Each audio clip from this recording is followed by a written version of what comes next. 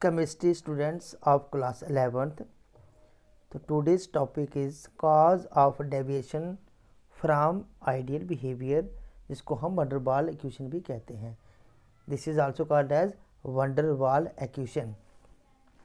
In order to explain the deviation from ideality, Vanderwaal pointed out that two assumptions in kinetic theory of gases are faulty.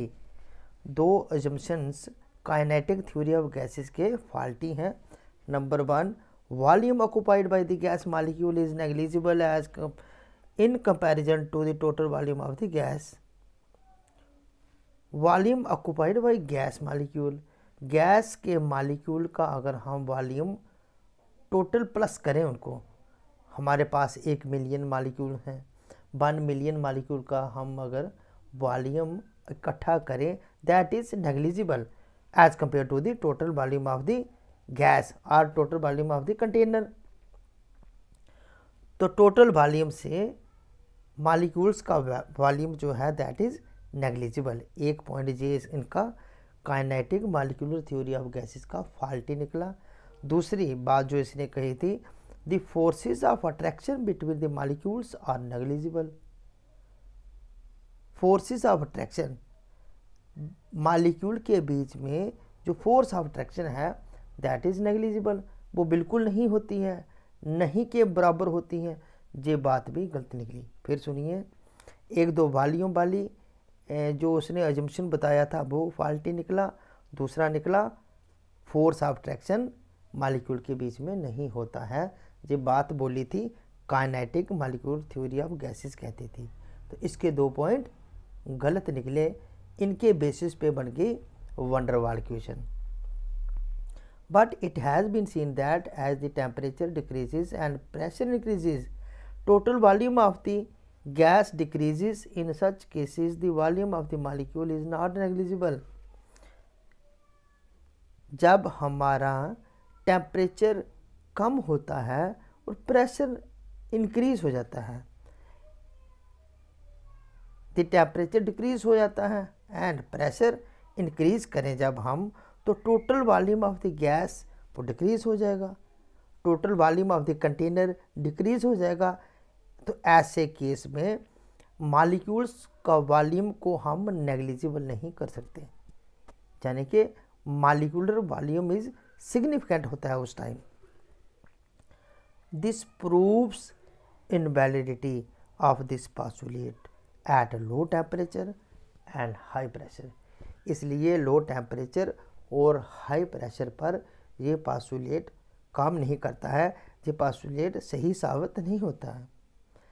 In the similar way the temperature of the gas falls when a compressed gas is allowed to expand.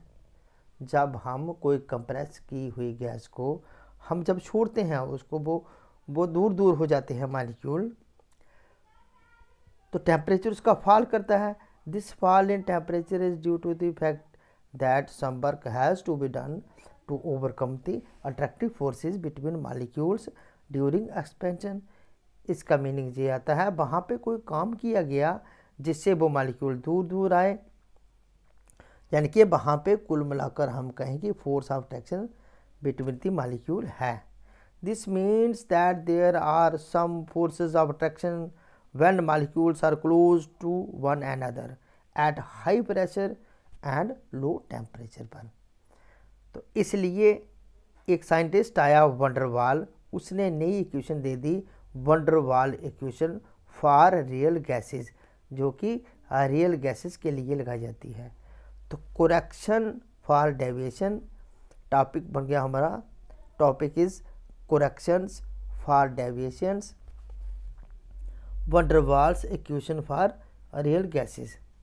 Ideal gas equation was modified by Vanderwaal, who incorporated the idea of infinite molecular volume and intermolecular forces. उसने 2 बातें ली. एक ले लिया idea किसका, infinite molecular volume ले लिया, और दूसरी ली उसने intermolecular forces. Modified equation of state which explain the behaviour of real gases from ideality is known as Vanderwaal equation of state. इसको हम कहते हैं वंडर वाल equation of state. Correction due to volume, volume से कैसे correction की गई। Correction term for one mole of the gas is small b, small b एक टर्म दिया उसने, that is constant, V is constant depending upon the nature of the gas, जो gas के nature पर डिपेंड होता है।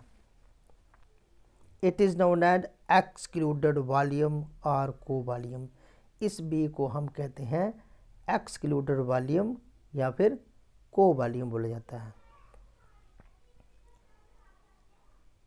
Thus, if V is the total volume occupied by a gas, अगर हमारा ये V जो है that is total volume occupied by gas 1 mole, then corrected volume क्या बना, V corrected।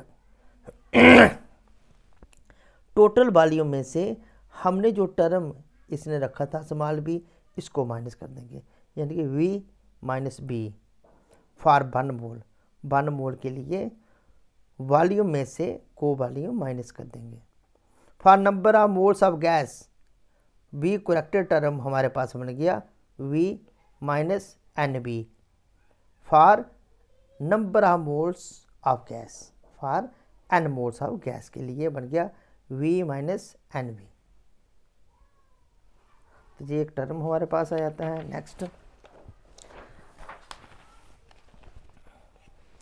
correction due to intermolecular forces, correction due to intermolecular forces, it has been seen that a gas molecule in the middle of the container is attracted by other molecules by equal forces, so it is neutral, इसलिए वो centre वाला neutral होता है। On the other hand, a molecule near the walls of a container is attracted by inner gas molecules only। अब जो molecule कोई container की wall के पास होता है उसको सिर्फ दूसरी साइड वाले मॉलिक्यूल ही अट्रैक्ट करते हैं, क्योंकि वॉल के आगे तो है नहीं। Therefore observed pressure is less than ideal pressure, ideal pressure से ऑब्जर्व्ड प्रेशर कम होता है।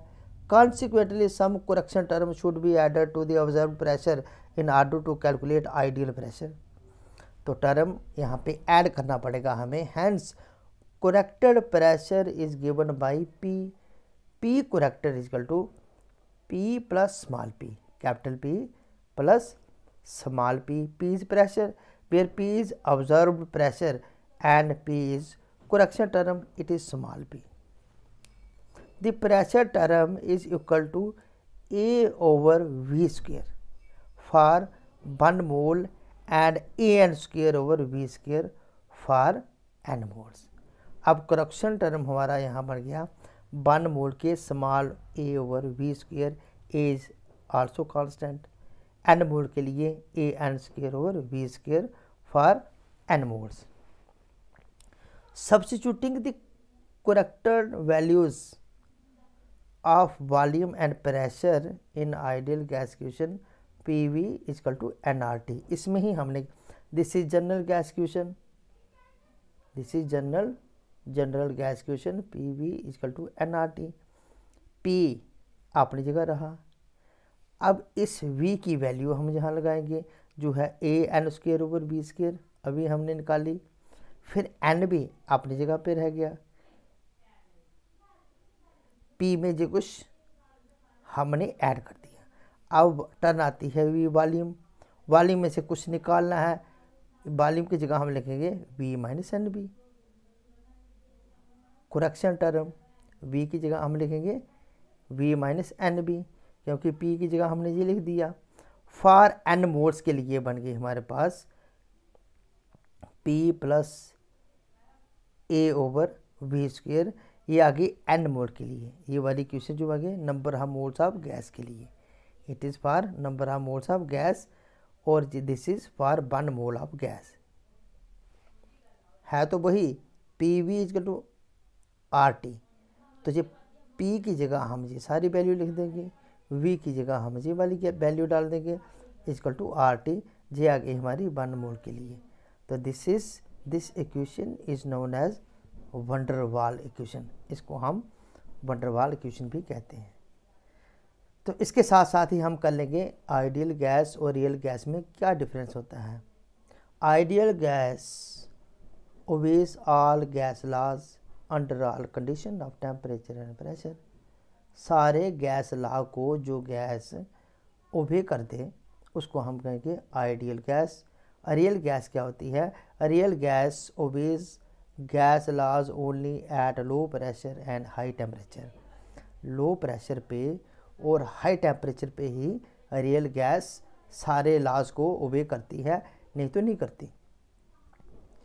इन ideal gas the volume occupied by gas molecule is negligible as compare to the volume of the gas.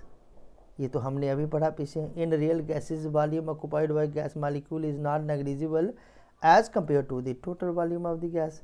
ये बात भी हमने अभी पढ़ी। The force of attraction between the molecules are negligible, जो कि kinetic molecular theory of gases में हमने पढ़ी और जे पॉइंट फिर फॉल्टी भी आया। The force of attraction between the molecules is not negligible. Real gases में ये नेग्लिजिबल नहीं होता है। It obeys ideal gas equation PV equal to nRT। Ideal gas general gas equation को ओबे करती है, लेकिन रियल गैसेस करती हैं वंडर वाल इक्वेशन को, जो हमने अभी पढ़ी वंडर वाल इक्वेशन। तो रियल गैसेस ओबे वंडर वाल इक्वेशन, जो कि आपके सामने है, आपने कर दी। Ideal gas obeys all gas law under all conditions of temperature and pressure. Thanks.